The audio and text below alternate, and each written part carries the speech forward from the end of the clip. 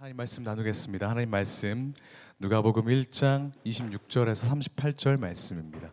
누가복음 1장 26절에서 38절 말씀, 저와 여러분이 한 절씩 교독하고 마지막 38절은 합독하겠습니다. 누가복음 1장 26절입니다. 여섯째 달에 천사 가브리엘이 하나님의 보내심을 받아 갈릴리 나사렛이란 동네에 가서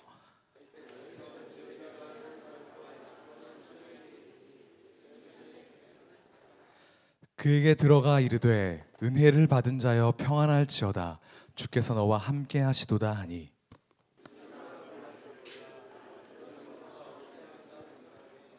천사가 이르되 마리아여 무서워하지 말라 내가 하나님께 은혜를 입었느니라.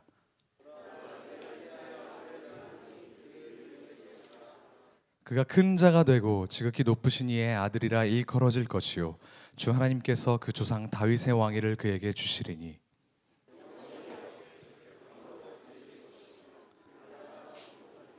마리아가 천사에게 말하되 나는 남자를 알지 못하니 어찌 이 일이 있으리이까.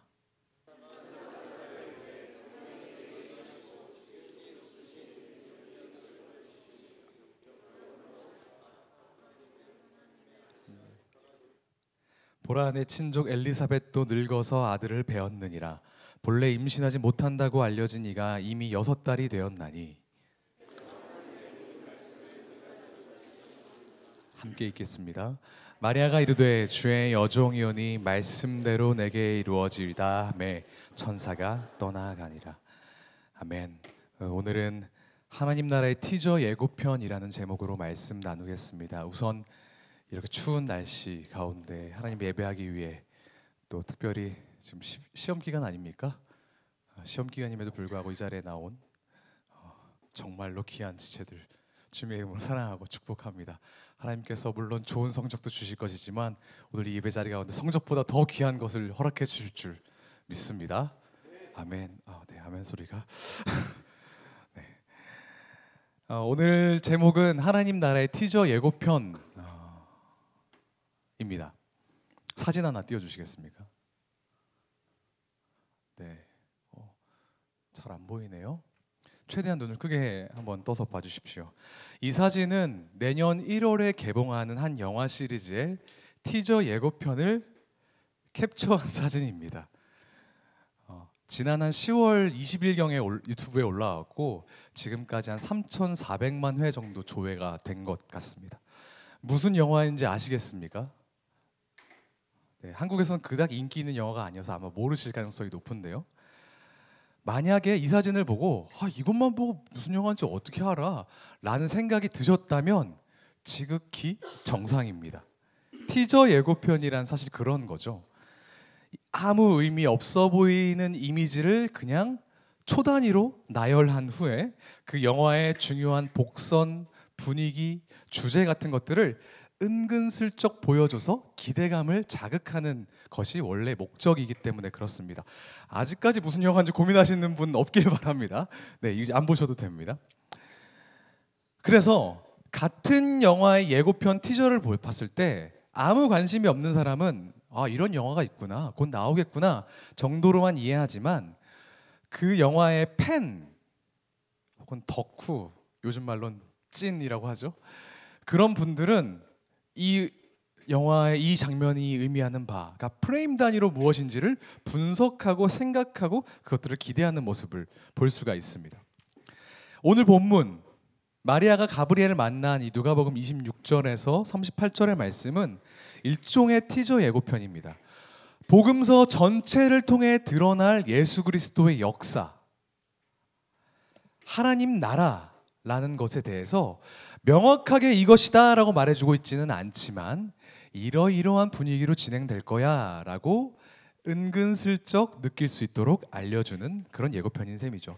그렇기 때문에 잘 모르고 보는 사람들은 예수님이 태어나겠구나, 아기 예수가 가브리엘의 말에 의해서 태어난다고 예언이 되었구나 정도로만 이해하지만, 우리 같은 예수님 덕후들, 성경 덕후들은 이 장면이 복음서 전체의 내용을 한 방에 축약하고 있구나, 요약하고 있는 거구나 라는 걸 직감적으로 깨달을 수 있습니다. 오늘 본문 읽는데 좀 오래 걸렸죠. 이 13절에 해당하는 본문을 한 문장 내지 두 문장으로 축약하면 이렇습니다. 결혼하지 않은 마리아가 천사 가브리엘로부터 아들을 낳으리란 예언을 들었고 마리아는 그 말씀이 이루어질 것이라는 것을 믿었다는 겁니다. 어렵지 않죠? 누가복음 이 본문에 나오는 마리아 대략 몇 살 정도 될 것 같다고 추정하십니까? 20대. 20대. 더 낮습니다. 10대겠죠. 20대보다 낮으면 10대겠죠. 10대 대충 몇 살 정도 될까요? 17. 신학자들이 당시의 유대 관습을 연구한 결과 이 당시에 보통의 유대 여성이 결혼하는 나이는 대략 15세 정도였을 거라고 추정을 합니다. 그러니까 그 나이를 바탕으로 이 본문에 나오는 약혼자가 있는 마리아의 나이는 그보다도 조금 더 이른 12세에서 15세 사이였을 거라고 추정합니다. 여기 중등부 예배자들도 있는 걸로 제가 알고 있는데 여러분들의 나이와 비슷한 정도였다고 보통 많이 추정을 한다고 합니다. 그때 대충 약혼하는 게 트렌드였다고 해요. 당시 평균 연령이 짧기는 해도 이 마리아가 완전히 사리분별을 잘할 만한 성인이라고 보기에는 약간 부족해 보입니다. 결혼하지 않은 젊다 못해서 어린 이 여성이 약혼자를 놔두고 그 남자와는 상관없는 아이를 임신하게 되었다? 이건 굉장히 심각한 문제였습니다. 뭐 윤리적이거나 도덕적인 문제 뭐 이런 걸 따지는 게 아니라요. 당시의 실정법을 위반한 범법 행위였다는 겁니다. 다들 아시죠? 성격은 율법은 간음한 여자, 남자 할 거 없이 엄격하게 벌하고 있기 때문입니다. 레위기 10장은 이렇게 명령합니다. 제가 읽겠습니다. 남자가 다른 남자의 아내 곧 자기의 이웃집 아내와 간통하면 간음한 두 남녀는 함께 반드시 사형에 처해야 한다. 신명기에도 비슷한 법이 등장합니다. 22장인데요. 처녀인 여자가 남자와 약혼한 후에 마리아에 대한 저격같이 느껴지지 않습니까? 어떤 남자가 그를 성읍 중에서 만나 동침하면 너희는 그들을 둘 다 성읍문으로 끌어내고 그들을 어떻게 한다고요? 돌로 쳐 죽일 것이니. 마리아가 아이를 배웠다는 것은 이 두 율법을 심각하게 위반한 것으로 이해될 여지가 있는 것이죠. 그러니까 곧 사형당할 위험에 처하게 된 겁니다. 죽을 위기에 처하게 된 거예요. 그런데 여기까지는 익숙한 이야기일 겁니다. 하나님의 입장에서 한번 생각해 보죠. 여러분이 만약에 감히 하나님이라고 한번 생각해 보십시오. 조금 있으면 인간의 몸을 입고 이 땅 가운데 33년 정도 살아갈 계획을 세우고 있는 하나님이라고 가정을 해보자는 거예요. 보통의 식민지 국가에 30년 동안 목수의 아들로 살다가 평범하게 살다가 공생의 3년 동안 제자들과 사역하고 십자가에 달리고 죽는 것 그리고 부활까지 계획해 놓은 그 전체 큰 그림을 구원의 큰 그림을 알고 있는 하나님이 그 큰 구원의 역사를 이루기 위해서 제일 중요하게 치러야 되는 단계는 뭘까요? 제가 좀 말을 어렵게 했는데 이 전체 큰 그림에서 제일 중요한 단계는 뭘까요? 첫 단계. 인간으로 살고 죽고 다시 살아나기 위해서 반드시 거쳐야 되는 단계. 뭐죠? 인간으로 태어나는 겁니다. 그게 굉장히 중요해요. 그리고 인간 예수가 태어나기 위해서는 반드시 마리아가 살아 있어야 됩니다.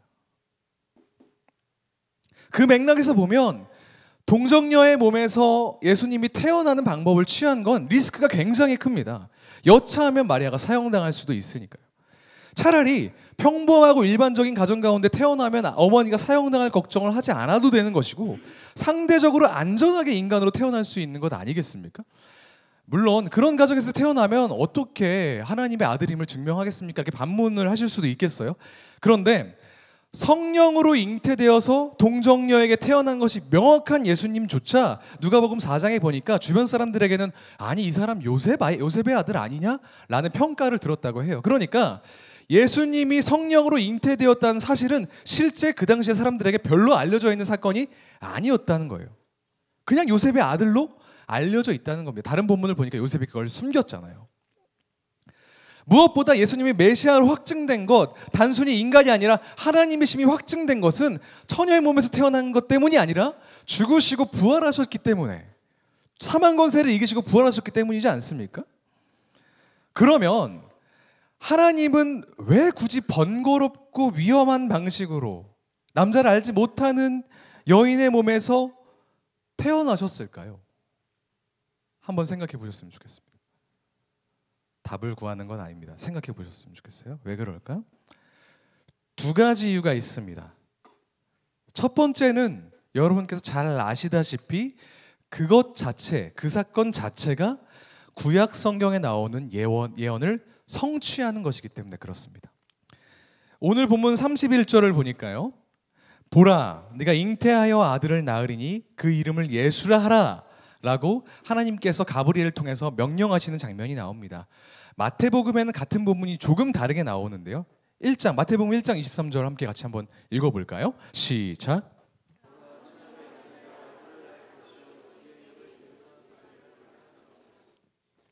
이를 번역한즉, 누가복음에서는 단순히 네가 잉태해서 아들을 낳을 것이니 라고 말씀하셨던 것이 마태복음을 보니까 누가 잉태한다고 되어 있죠? 처녀가 잉태하여 아들을 낳는다고 되어 있습니다. 조금 더 명확하게 특정이 되어 있는데, 이 구절은 이사야 7장 14절에 나와 있는 예언을 그대로 반복하고 있는 것입니다. 7장 14절 이렇습니다. 그러므로 주께서 친히 징조를 너희에게 주실 것이라. 보라, 처녀가 잉태하여 아들을 낳을 것이요 그의 이름을 임마누엘이라 하리라. 아주 오래전 이스라엘을 이방 민족의 압제와 그들의 죄악으로부터 구원하실 하나님의 약속이 이루어졌다는 것이 바로 오늘 본문을 통해서 드러나는 겁니다. 이게 첫 번째 이유입니다. 굳이 왜 처녀의 몸에서 태어나셨는가? 그러니까 이런 것들을 이해하고 있다면 예수 그리스도의 탄생이 그냥 인간으로 생일 축하받기 위해 태어나지 않으셨다는 것이 명확해집니다.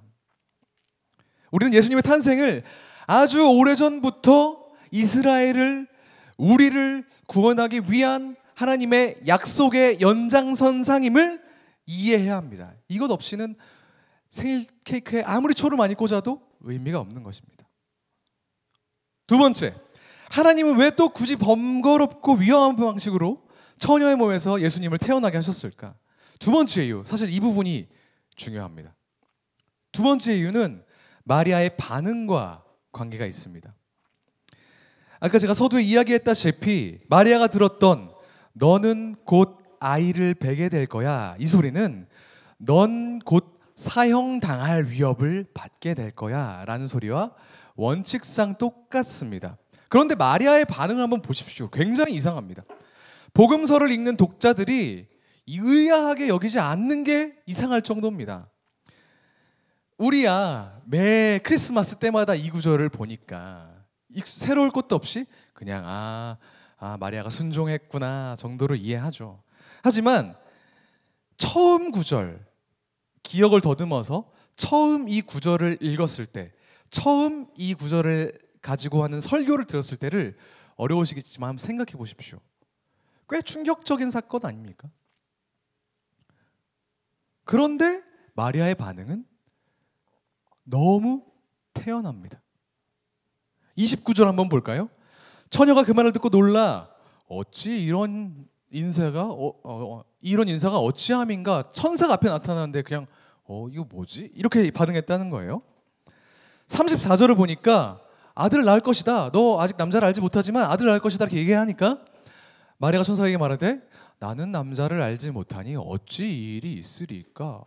어떻게 그래요? 라고 막연하게 질문합니다.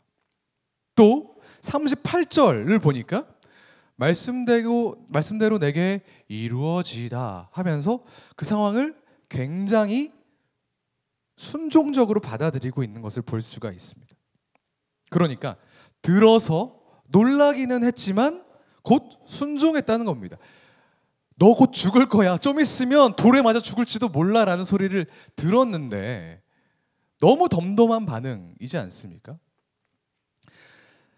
이런 마리아의 믿음과 순종이 정말 대단한 것이고, 그래서 가톨릭에서는 마리아를 성모의 반열에까지 올려놓습니다. 가톨릭 교회는요.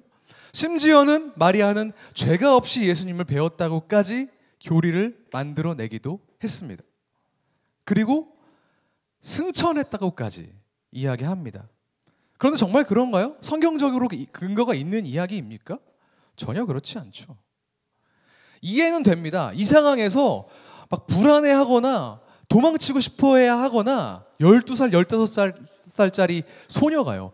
그렇게 반응했어야 됨에도 불구하고 너무나 태연자약하게 반응하니까 이거 완전 대단한 애 아니냐? 죄 없는 존재 아니냐? 마리아의 반응이 너무 특이하니까 그렇게 그냥 생각해버린 거라고 가톨릭은 그렇게 아예 성모의 반열에 올려버려 우리와 같은 존재가 아니다 라고 하는 건지도 모르겠습니다. 여러분께 한번 질문을 드려보죠. 마리아는 왜 이렇게 덤덤할 수 있었을까요? 아니, 누가는 왜 마리아의 반응을 이렇게 덤덤하게 적은 걸까요? 이사야서에 나와 있는 예언을 다 알고 있었기 때문에, 그 예언의 성취의 중심에 자기가 있었기 때문에, 그만큼 영광스러운 일이기 때문에 사형당할 위협 그까짓 것 감내하지 라고 생각했던 것일까요? 그렇게 보기에도 근거가 부족합니다. 마리아가 예언에 대해서 언급한 적이 없거든요. 예언이 성취될 것을 보면서 메시아가 올 것이라고 감격하는 장면 본문에서 찾기 힘듭니다. 지독하게 의연합니다. 어쩌면 얘기 아무것도 모르고 그냥 대충 알아들은 척 했나 보다 싶을 정도로 너무나 태연합니다. 그리고 누가는 그 마리아의 의연함을 있는 그대로 가감없이 보여주고 있고요. 하나님께서는 왜 남자를 알지 못하는 이 여인 마리아의 이 의연함을 택하셨을까요? 왜 하나님의 은혜 받은 자로 픽하셨을까요? 오늘 본문이 누가복음 21장 26절 38절 앞에는 또 하나의 사건이 등장합니다. 바로 제사장 부부 사가랴와 엘리사벳의 이야기인데요. 이 이야기에서 만난 사가랴도 마리아가 만났던 가브리엘을 동일하게 만납니다. 본문 6달 전입니다. 사가랴의 직업 뭔지 아십니까? 제사장이었거든요. 제사장 사가랴가 백성들을 대신해서 제사를 지내고 있는데 성소 안에서 분향단 옆에 있는 하나님의 천사를 만나서 오늘 본문의 마리아가 들었던 것처럼 네가 곧 아들을 얻게 될 것이다 라는 이야기를 듣습니다. 여기에 이 사가랴와의 마리아의 이야기에 이 숨겨진 핵심이 있습니다. 오늘 본문인 마리아의 이야기도 마찬가지고요. 그 앞에 있는 사가랴의 이야기도 마찬가지고 이들의 이야기는 누가복음에만 등장합니다. 누가는 이 사가랴의 반응, 사건과 마리아의 사건을 의도적으로 연속적으로 배치했습니다.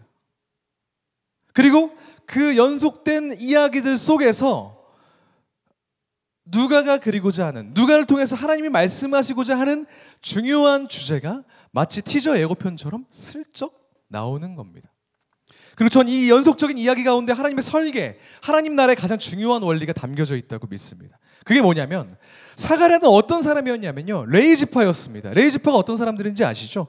모세의 후손들이었고 특별히 사가랴는 제사장이었습니다. 게다가 누가복음 1장 앞부분에 보니까 사가랴와 엘리사벳은 주님의 모든 계명과 규율을 흠잡을 데 없이 잘 지켰다고, 신약 성경에서 의인이라고 칭찬받았던 몇 안 되는 5명 중에 2사람이 사가랴와 엘리사벳이었습니다. 반면에 마리아는 그런 배경이 전혀 없는 사람이었죠. 누구인지도 모릅니다. 나이로는 청소년, 끼케야 결혼을 앞둔 청년에 불과했던 사람이었습니다. 이 2사람의 신분적인 차이가, 그리고 그 사건, 똑같은 사건을 대응한 2사람의 반응의 차이가 오늘 복음서 본문을 관통하는 중요한 핵심입니다. 이스라엘의 영적 지도자인 제사장 사가랴는 본인의 영적 지위가 있음에도 불구하고 정작 하나님의 천사가 나타나서, 그것도 그들이 그렇게 간구하던 아들을 얻겠다라는 기도 응답을 받았음에도 불구하고 믿지 못하고 반문하고 의심했습니다. 반면 마리아는 제사장 가문은커녕 족보조차 제대로 나와 있지 않은 평범한 듣보잡 집안의 여자였음에도 불구하고 아이를 가지면 본인의 안전에 심각한 위협이 될 것이라는 걸 알면서도 그것을 받아들였습니다. 그토록 바라던 것을 얻게 됐던 사가랴는 정작 그것들을 밀어내고 이건 안 될 것 같아요 라고 의심했던 반면, 그 상황을 피해야만 했던 마리아는 너무나도 자연스럽게 받아들인 이 두 사람의 대조가 느껴지십니까? 의도적으로 대조되는 이 두 사람의 상황이 느껴지십니까? 오늘 본문과 같은 내용 다른 복음서에서 찾아보니까 마태복음 1장에 있더라고요. 마태복음 1장에서는 오늘 복음 13절을 통틀어서 한 절에 요약합니다. 1장 23절인데요. 18절인데요. 예수 그리스도의 나심은 이러하니라. 그의 어머니 마리아가 요셉과 약혼하고 동거하기 전에 성령으로 잉태된 것이 나타났더니 하고 간략하게 표현될 부인입니다. 그리고 그 이후에는 더 중요한 사람이 나와요. 그게 누구냐면 그의 남편 요셉입니다. 마태복음에서 마리아는 요셉의 의로움, 요셉의 순종을 드러내는 철저히 그 기능에만 그 기능으로만 사용되는 수단으로 등장합니다. 요셉이 천사의 말을 듣고 정말 믿기 어려운 일이지만 그 천사의 말에 순종하는 그 단계에서 잠깐 등장하는 어떤 객체로만 나온다는 겁니다. 하지만 누가복음에선 마리아 본인이 직접 하나님의 말씀을 듣고 순종하는 장면이 의도적으로 드러나고 있다는 것이죠. 누가는 나이 많고 지위도 높았던 사가랴와 나이도 어리고 지위도 없었던 마리아를 비교합니다. 마태복음에선 똑같은 일을 두고 남자였던 요셉을 강조했지만 누가복음에서 등장하는 사건에서는 여성이었던, 상대적으로 사회적 여류에 놓여 있었던 여성이 하나님의 은혜를 받은 것으로 강조됩니다. 이게 바로, 이 아이러니가 바로 오늘 본문이 드러내고 있는 하나님 나라의 예고편이라는 겁니다. 하나님 나라는 이런 곳이라는 겁니다. 예수 그리스도를 통해서 이 땅 가운데 임할 하나님 나라의 티저가 오늘 본문 안에 숨겨져 있는 것입니다. 하나님 나라는 어떤 곳입니까? 높은 지위에 있는 사람이 아니라 아무 지위에 없는 사람, 낮은 사람이 칭찬받는 곳입니다. 사회적으로 주류를 차지하고 있는 사람이 대우받는 것이 아니라 비주류였던 여성이 은혜를 입는 곳입니다. 경험과 지혜가 많은 사람이 칭송받는 것이 아니라 어린아이 같은 자가, 그런 믿음을 가진 자가 환대받는 곳이 하나님 나라. 그 하나님 나라의 원칙이 오늘 본문 가운데 선언되고 있는 것이죠. 세상에서는 소외되고 약한 자가 하나님 나라에서는, 하나님 통치 아래에서는, 하나님의 다스림 안에선 강한 자가 됩니다. 가난했던 자가 부유해집니다. 하나님 나라는 그런 곳입니다. 마리아는 이 사건을 통해서 하나님 나라의 비밀을 깨달았습니다. 그래서 1장 후반부에 마리아의 찬송시가 등장하는데요. 여기서 마리아는 하나님 나라의 비밀을 노래합니다. 48절부터 53절의 마리아의 찬양을 우리가 한 목소리 한번 같이 읽어보겠습니다. 시작.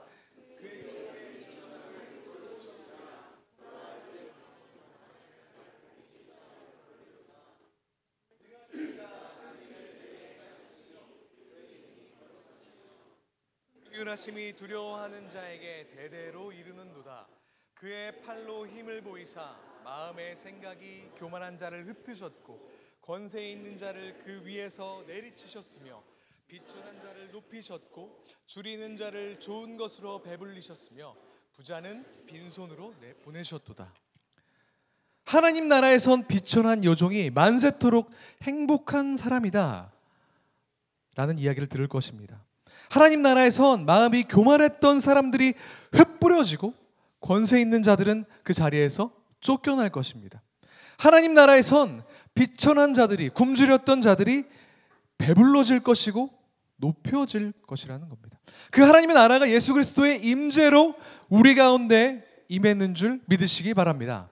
할렐루야. 그 하나님의 나라가 드러난 또 다른 장면이 있습니다. 바로 예수님이 공생애를 시작하시기 전에 제일 먼저 하신 일에서 드러나는데요. 무엇이냐? 누가복음 4장에 보니까 예수님이 회당으로 올라가서 말씀을 낭독하시는 장면이 나옵니다. 이사야서를 읽으셨는데 예수님이 읽으신 성경은 이사야서 61장이었습니다. 그리고 그 내용은 이렇습니다. 주의 성령이 내게 임하셨으니 이는 가난한 자에게 복음을 전하게 하시려고 내게 기름을 부으시고 나를 보내사 포로된 자에게 자유를, 눈먼 자에게 다시 보게 함을 전파하며 눌린 자를 자유롭게 하고 주의 은혜의 해를 전파하게 하려 하심이라 하였더라. 이 말씀을 마치시고 예수님이 무엇라고 말씀하셨는지 아십니까? 이 말씀이 오늘 너희의 귀에 응하였도다. 나의 임재로 인해서 이 모든 일들이 일어나고 있다 라고 말씀하셨던 것입니다. 예수님께서 읽으신 그 이사야서 말씀처럼 포로된 자에게 자유를, 눈먼 자에게 다시 보게 함을, 눌린 자를 자유롭게 하는 그 하나님의 놀라운 능력과 그 은혜의 해가 저와 여러분의 삶 가운데, 이 땅 가운데 임하기를 소망합니다. 이것을 위해서 대강절을 맞이해서 우리가 예배할 때 함께 같이 찬양하고 기도하기를 원합니다. 지금 우리 세대, 이 세대, 우리는 어떤 세대를 살고 있습니까? 반주를 좀 부탁드릴까요?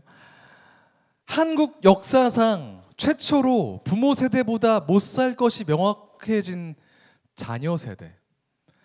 유치원에 들어갈 때부터 면접을 보고 들어간 유치원들도 요즘 많다고 하더라고요.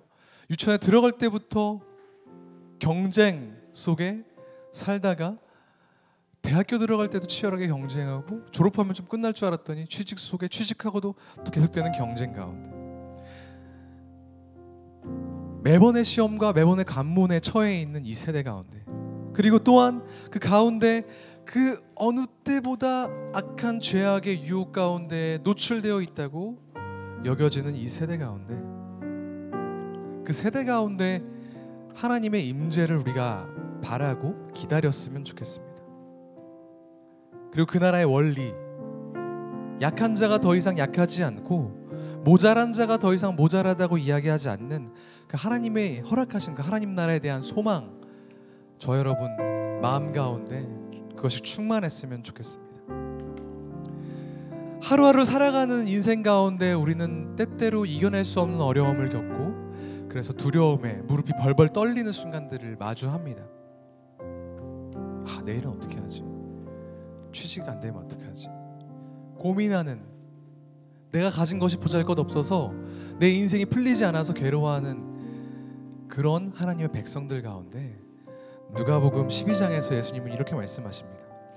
너희는 무엇을 먹을까, 무엇을 마실까 하여 구하지 말며 근심하지도 말라. 이 모든 것은 세상 백성들이 구하는 것이라. 너희 아버지께서는 이런 것이 너희에게 있어야 할 것을 아시느니라. 다만 너희는 그의 나라를 구하라. 그의 나라를 구하라. 그러면 이런 것들을 너희에게 더하시리라. 적은 무리여 무서워 말라. 너희 아버지께서 그 나라를 너희에게 주시기를 기뻐하시느니라. 하나님의 나라, 약하지만 강함을 노래하고 빈곤하지만 주님 안에서의 풍성함을 노래할 수 있는, 세상의 가치와는 상관없는 전복이 일어나는 그 하나님 나라가 우리 가운데 주어지는 줄 믿습니다. 예수님께서 우리에게 말씀하십니다. 무서워 말라. 아버지께서 그 나라를 너희에게, 우리에게 주시기를 원하신다고 말씀하십니다. 이 대림절 가운데 그 하나님의 임재, 예수 그리스도의 임재를 통해 명확하게 드러난 하나님 나라의 다스림을 간절히 구하며 우리 약함을 강함으로, 우리의 부족함을 풍성함으로 채우실 주님을 기대하고 같이 찬양하며 기도하며 주 앞으로 나아가시겠습니다. 찬양팀 앞으로 좀 나와주시겠습니까? 이 시간 같이 함께 찬양할 찬양은 너무 잘 알려져 있어서 하품이 나올 만한 그런 찬양입니다. 거룩하신 하나님 주께 감사드리세 라는 찬양인데요, 후렴 부분에 보면 이런 가사가 있습니다. 내가 약할 때 강함 주고 가난할 때 우리를 부욕해 하신 나의 주 감사. 근데 원어 가사를 보니까 조금 의미가 잘못 번역이 됐더라고요. 내가 가난할 때, 내가 힘들 때 강함을 주시고 부요함을 주시는 하나님이 아니라 하나님이 내 가운데, 내 삶 가운데 계시기 때문에 약한 사람은 내가 지금 약하긴 하지만 나는 강하다고 말할 수 있고, 내가 지금 빈곤하긴 하지만 나는 그리스도의 은혜로 풍성하다, 부유하다 라고 말할 수 있다는 게 원래 가사더라고요. 이 원래 가사의 의미를 우리 믿음의 고백으로 주님 앞에 올려드렸으면 좋겠습니다. 상황과 환경에 매몰되지 않고 믿음으로 모든 상황들을 감당하는 그 놀라운 고백을 이 시간 우리 하나님께 저와 여러분이 올려드리겠습니다. 함께 찬양하겠습니다. 거룩하신 하나님,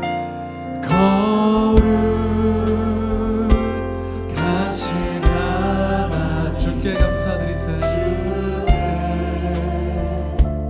감사드리세. 날 위해 이 땅에 오신 독생자 예수, 나의 맘과 뜻 다해 주를 사랑합니다.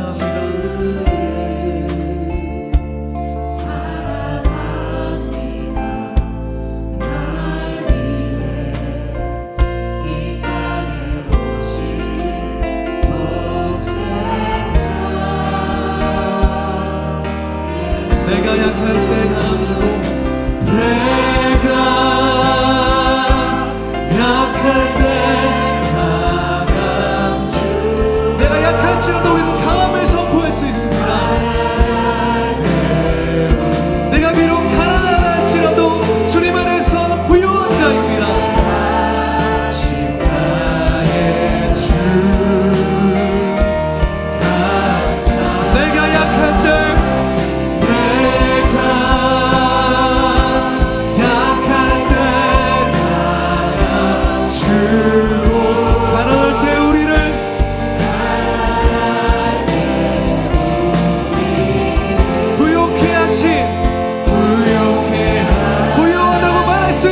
주님께 감사.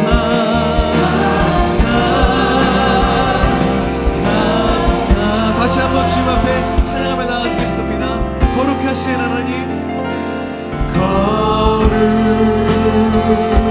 거룩하신 하나님, 주께 감사드리세. 날 위해 독생자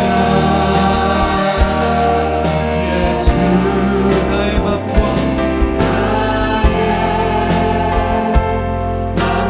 뜻 다해 주를 사랑합니다. 날 위해 이 땅에 오신 독생자 예수, 내가 약할 때 선포합시다. 약할 때 강한 주로, 가난할 때 우리를 부욕해 하신 나의 주 감사. 내가 약할 때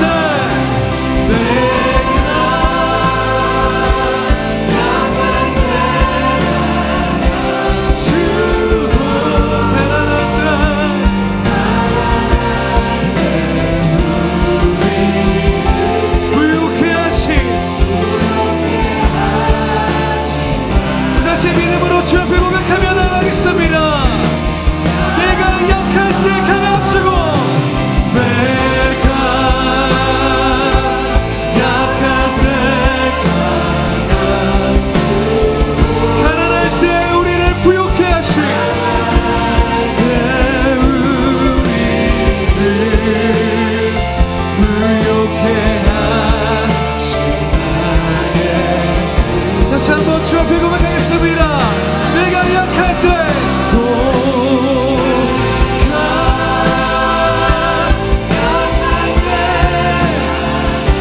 주고, 가난할 때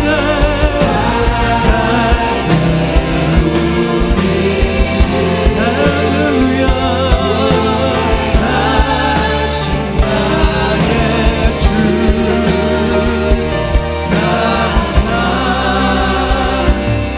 감사.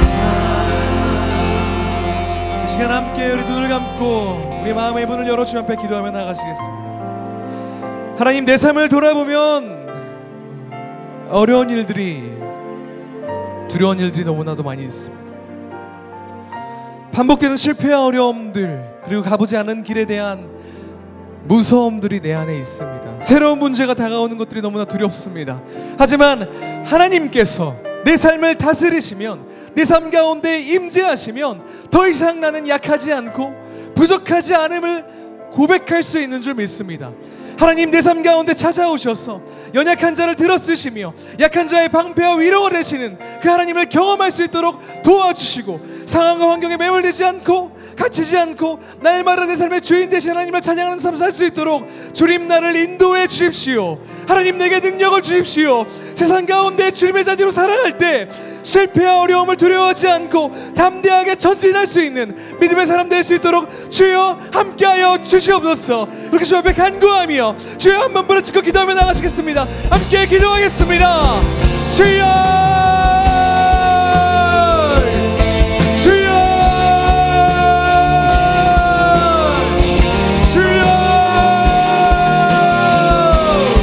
우리의 연약함 가운데, 우리의 부족함 가운데, 아무것도 알지 못했던, 아무것도 깨닫지 못했던, 권력도 없고 재물도 없고 나이도 없고 지혜도 없었던, 순진하기만 했었던 그 마리아에게 찾아오셔서 하나님 나라의 놀라운 일들을 보여주신 주님의 이름을 찬양합니다.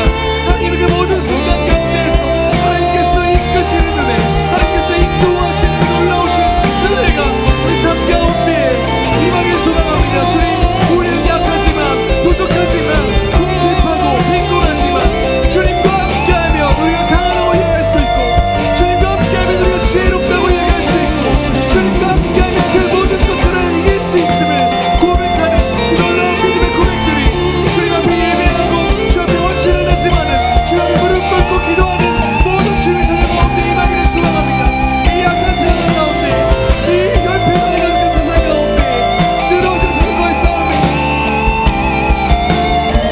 무릎 꿇고 좌절하고 신음하며 고통스러워하는 이 땅 가운데 매번 계속되는 죄악과의 싸움 가운데에서 예배하고 실족하는 주님의 자녀들 가운데 찾아오셔서 하나님 나라의 놀라운 원리와 하나님 나라의 놀라운 그 통치를 우리 가운데 보여주셔서, 우리는 우리의 힘만으로는 약하지만, 우리의 힘만으로는 부족하지만, 우리의 지혜는 부족하지만 하나님께서 함께 하시며 하나님의 능력을 이루어서 우리가 모든 것들을 가능하다고, 모든 것들을 할 수 있다고 하는 그 놀라운 능력이, 그런 은혜가 우리 삶 가운데 임할 수 있도록 주여 아버지 함께 하시고 인도하여 주옵소서. 내 삶을 믿음으로 주 앞에 찬양하며 나가시겠습니다. 내가 약할 때,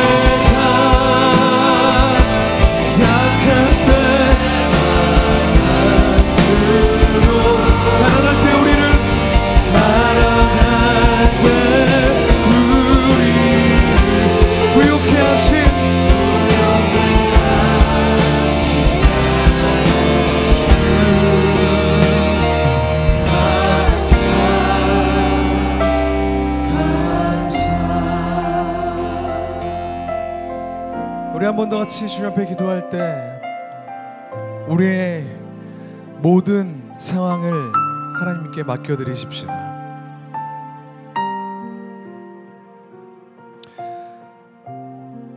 모든 사람들이 어렵다고 말하는 내 앞길, 나를 둘러싼 모든 이들이 걱정하는, 염려하는 내 인생길 가운데 우리가 두려워하지 않기를 원합니다. 적은 무리여 두려워 말라, 무서워 말라. 너희 아버지께서 그 나라를 너희에게 주시길 기뻐하시느니라 말씀하셨던 그 하나님 나라에 대한 뜨거운 갈망과 소망, 그것을 우리가 가슴 깊은 곳에 품고 하나님과 함께함으로써 얻게 되는 참된 평안, 하나님과 함께함으로써 얻게 되는 강한 능력과 지혜 누릴 수 있는 하나님의 나라의 백성 될 수 있도록 주님 우리를 붙들어 주십시오. 내게 소망 주시는 그리스도인을 주인으로 왕으로 모시고 살 수 있도록 하나님 도와주십시오. 그렇게 주 앞에 간구하며 주여 한번 다시 부르고 기도하며 나아가시겠습니다. 함께 기도하겠습니다. 주여, 주여,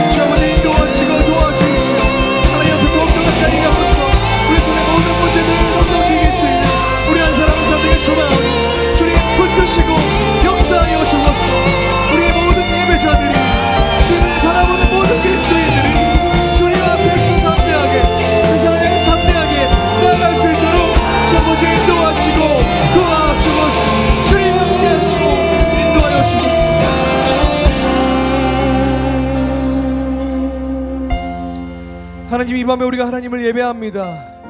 주님, 이 예배 가운데 함께해 주셔서 우리가 하나님의 사랑과 은혜를 더 깊이 경험할 수 있도록 인도하여 주옵소서. 하나님, 우리에게 능력 주시는 그리스도 안에 거할 수 있기를 원합니다.